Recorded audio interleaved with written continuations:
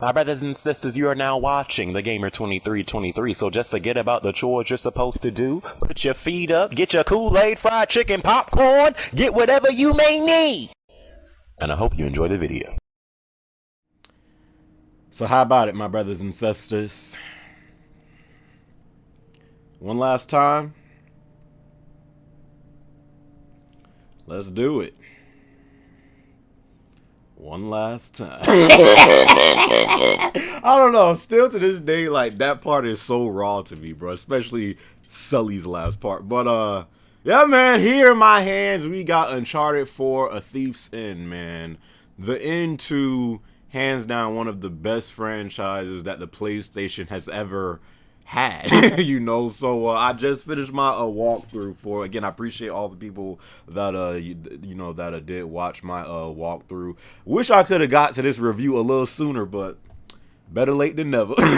You know, so here will be my review for Uncharted 4, A Thief's End, now that all the hype has died down, you know, and all the sucking off has stopped. You know, here will be my review of what I thought for Uncharted 4, A Thief's End. This is set to be the last Uncharted game of the franchise, and Naughty Dog is just going to move on to bigger and better things. Last of Us 2. But, you know, so this is supposedly the end of at least the story of Nathan Drake. You know, so yeah, man, I beat the game like a week or two ago. It was just like I was trying to finish the walkthrough, you know. But now that that's done, now I can do my review for it. So Uncharted 4: Thief's End. This game got delayed several times, you know, and the hype was just building and building and building for this game. People was like, Naughty Dog, please bless us with your game, man. So when it finally came out, it was like one of those games where, oh my god, finally, this is like a huge reason of why I bought the PS4. So this game had, of course, a lot of hype around it, you know, and but it's time to find out if Uncharted 4: Thief's End was worth all that hype. Is this the best Uncharted out of all of the Uncharteds in the series? It is time to find out, my brothers and sisters. Is Uncharted 4: Thief's End worth the 60 bones?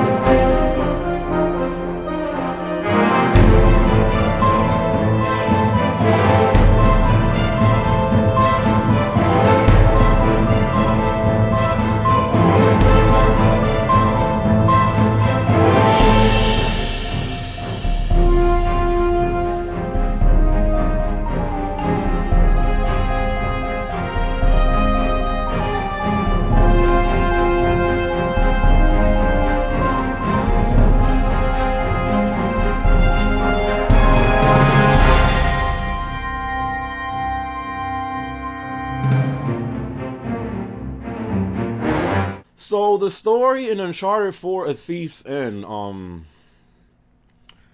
what do I think about it? Because I mean, I had time to think about what I thought of the story, but I was always so busy trying to edit those walkthrough videos, I never really just sat back and absorbed everything that happened in that story. So but yeah, the story in Uncharted 4: Thief's End, I would say this story is more so about Sam than Nathan Drake. You know, I mean, now Nathan Drake still plays a huge part in this story, but Sam, his older brother Sam, who is played by Troy Baker, who seems like he's in every freaking game these days. Sucker, what the freak are you doing? You are no one else to me but Joel from last time. I'm joking, but yeah, I would say this story is more so about Sam than it is Nathan Drake. Now, again, Nathan Drake still plays a huge part in this story, but I would say this adventure in this game that you go on is more so about Sam's adventure, not necessarily Nathan Drake's adventure. You know, so when the game begins, like, Nathan Drake, he's retired. He's been there, done that on four different occasions if you want to count the one on the Vita. Nathan Drake has been about this life 4 different times, and all the crazy stuff he has done. He is tired of getting shot at. He is tired of freaking destroying secret locations, because everywhere this guy goes, there's destruction everywhere, So Nate, he's saying that he's done with that life. He's married to Elena. I personally would have preferred Chloe. That's just me. But Elena, she is bae. And like throughout this game, you see why he married Elena, but yeah, Nate, he's retired, man. He's working like a freaking 9-to-5 job. It's not like he's like working in like a freaking grocery store, but for Nathan Drake standards, he's working a normal job now. He's saying he's done with that life and and stuff like that. Some things happen. His Sam comes back into his life, and Sam is in trouble, and he's saying that he needs Nate's help, and Sam is trying to look for the lost treasure of Henry Avery, who is an old English pirate. I actually did some research on this guy after I beat the game. Come to find out, dude is a savage. I think that whole time, I think it was like in the 1600s. I think I actually have to do like some more research on that, because all the stuff that was happening in this storyline, I was just like, I want to know more about this guy, but yeah. So Sam, he's trying to find this treasure, and he needs Nate's help. So Nate is kind of drugged into this story with Sam, but you can get the feeling that Nate is happy to go back to being like he's this is what Nate was meant to do. And you just got the feeling that while Nate was working, that 9-to-5 job, that he missed getting shot at. He missed the thrill of going on these freaking adventures and just finding this freaking this historic stuff. So you kind of get the feeling that, yeah, Nate is being drugged into this story, to help out his brother Sam. But at the same time, Nate is not really like complaining. He's like, all right, cool, I'll do it. It's gonna be fun. So yeah, that is really what the story was about without saying too much. You do have some old people returning. You got Elena, you got Sully. Unfortunately, you do not have there's no Chloe in this game. At least not in the story. She's in the freaking multiplayer, but none of her in the story. With Elena and Sully, they're in the story as well, but again, they don't really play a huge part. This is really about Sam, Nathan Drake, and 2 new characters, Rafe and Nadine. Now those are the 2 main new characters in this game, and of course Sam. But Rafe and Nadine, I thought Rafe was a great character. He's a good villain. I still would say the villain in Uncharted 2, Zorn Lazarevich, was more. He was just a better villain than me because he was more evil. He was more menacing. you just got the feeling like, son, don't mess with that sucker. But with Rafe, you don't necessarily get that same feeling, but at the same time, Rafe, he does the job in this game, so I thought he was, a good villain. Nadine, I don't know how I want to go about this. Nadine is a good character. I'm all for having strong lead female characters in games because a lot of people are getting tired of just having these girls that be in games and their body is just exposed and they're just there for men to look at and stuff like that. I get all that.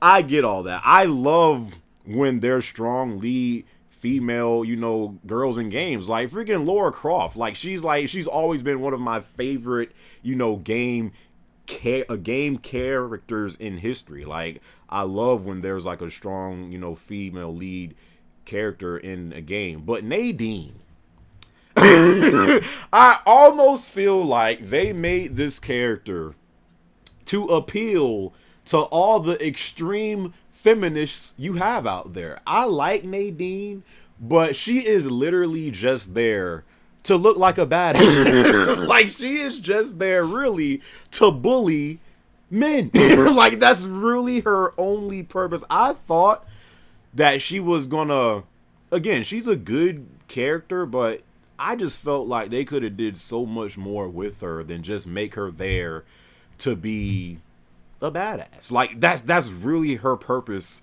in this game. Like, Nadine, just do what you do. Like, that's it. And I just really thought like they kind of, in a way, made that to appeal to these freaking feminists, out here that always have an issue with, it seems like, everything you do in games nowadays. I personally thought they could have did more with the character of Nadine. I mean, son, it was getting to the point where I was like, son, Nadine is OP. Like, someone needs to come in and patch Nadine, because she's just doing too much right now. Listen, how can I say this? Again, I'm all for having strong lead female characters in games, but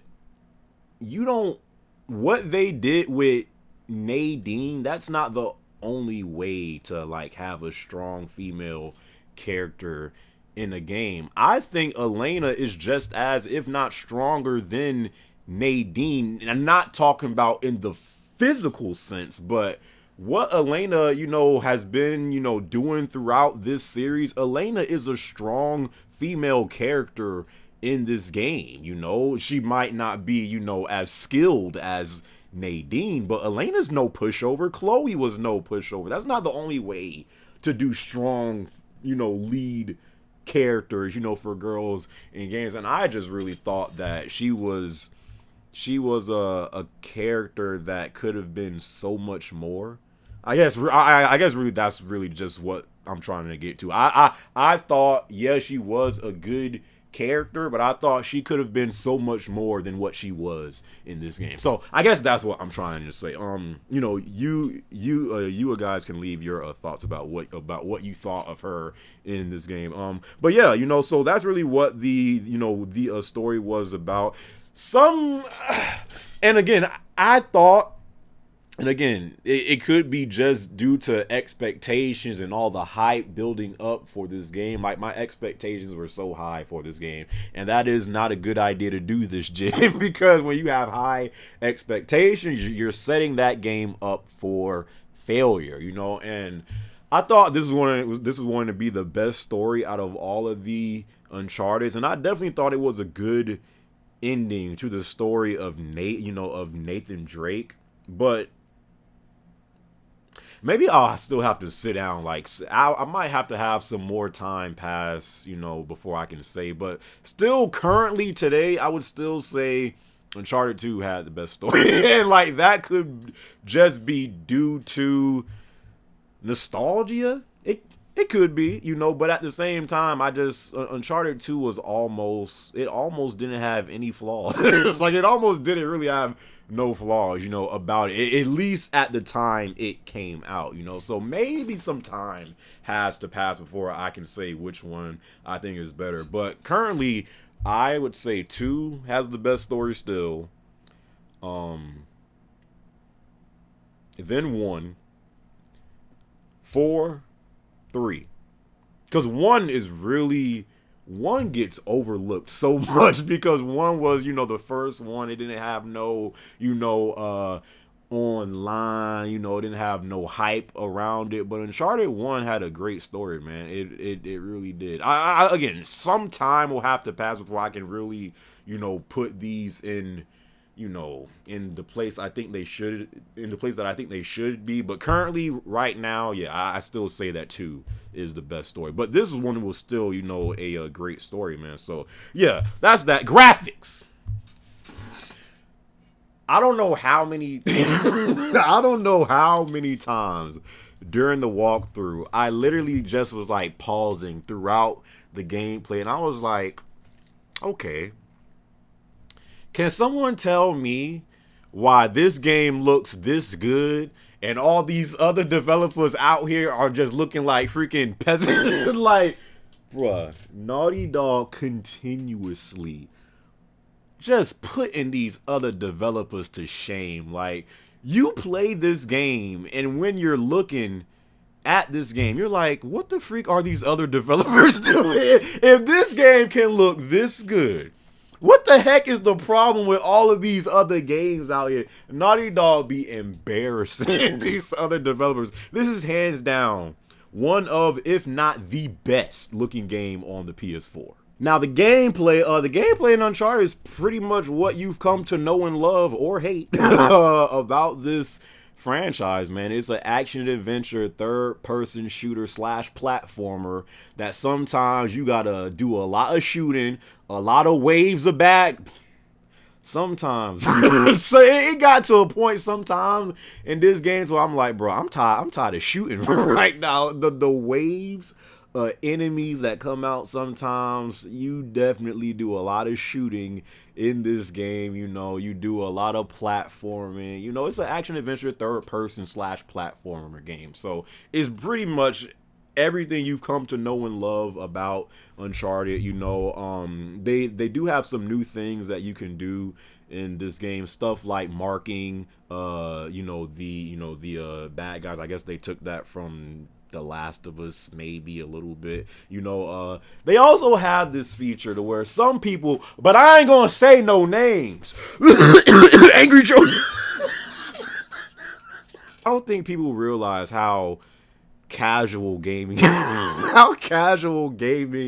has really become, dude. Like, it's way more casual these days than it was, you know, even like, you know, 3, 4, 5 years ago. You know, there's a lot of, of like new, like, gaming is getting bigger and bigger and bigger by the day. So you have like a lot of newcomers, you know, that are gamers now, and you know, stuff like this, you know, it kind of definitely helps them, you know, get into the game more, you know, easy, and not have to deal with, the real difficulty of the game. I played Uncharted on the hard, and it was hard, you know, and some people played the junk on crushing, you know, but that's really like if you've been like playing games for a while. Most people, they played the junk like on normal, easy. Well, for the mainstream gamers out there, you know, like just the gamers that, you know, they're not really, you know, hardcore gamers. They're just more so, I just want to get through the game, you know? So so it's like that feature, I kind of felt like it was for them, because back in the day, like, you just would never see a feature like that, just like an auto aim feature in the game. So I mean, I just feel like it's like a different era. But I just want to speak on that for a second, because I've seen like a lot of people, you know, well, some people were making a big deal about that because some of their favorite YouTubers was using that feature, you know. So yeah, that. But yeah, I mean, from the action adventure to platforming, you know, to the shooting and stuff like that, and puzzles, that's really what Uncharted has been about since the first one, you know. The only things that they some new things. Well, you can't throw back nades in this game. I don't know why they decided to take out that, because you could have did that in 1, 2, 3. I don't know what they're, why they decided to take out that to where you can't throw back nades. But that's that. And now you have this whole rope swinging thing. I thought that worked really good in the story. I like that more in the story than the multiplayer. And the multiplayer is cool, but it just doesn't blend in as well as it did in the story to me. But yeah, I mean, that's really what the gameplay is about in Uncharted. Everything you come to know and love or hate about this franchise, just with, a little twist on it. The multiplayer in this game, it's good. It's fun. I mean, it's definitely a fun game. Like Uncharted, and I don't think a lot of people like realize how Uncharted, when it comes to the multiplayer, Uncharted has a solid fan base behind it. Like Uncharted 2, 3, people are still playing 3s online. Uncharted has a pretty solid fan base behind the multiplayer aspect, you know. So the multiplayer in Uncharted 4, it's fun, it's cool, you know, it's fun to play with friends. It's not as competitive as I would want it to be. I still think Uncharted 2 hands down is the best multiplayer that Uncharted has ever had, but at the same time, again, it can't they can't have it like that. Uncharted 2, if that multiplayer was to come out today, I just don't think it would be the same, because Uncharted 2's online was really bare bones, and it's like you don't really see a lot of bare bones shooters out like that. I mean, yeah, you got stuff like Counter-Strike or maybe even still Gears and stuff like that, but just look at Halo. Like, Halo has completely changed. You like all of these multiplayer games that used to be really bare bones back in the day, it's not like that no more. So I've come to the conclusion, like, Uncharted 2 was just for its time, and this is how Uncharted Online is going to be now. So it's not bad. It's fun. I just wish it would be a little bit more competitive.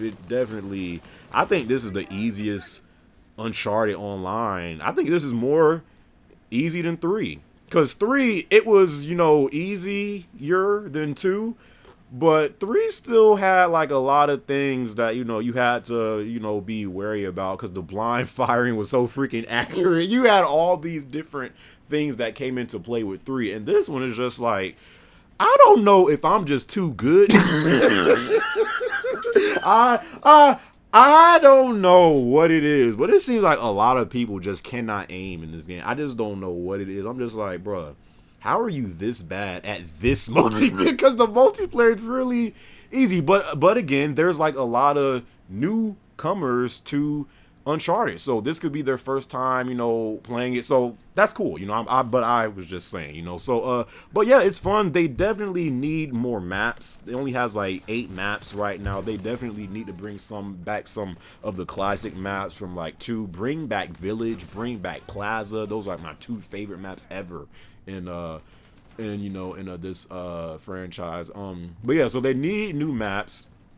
A classic mode is needed. Some people don't. Some people do not want these mysticals.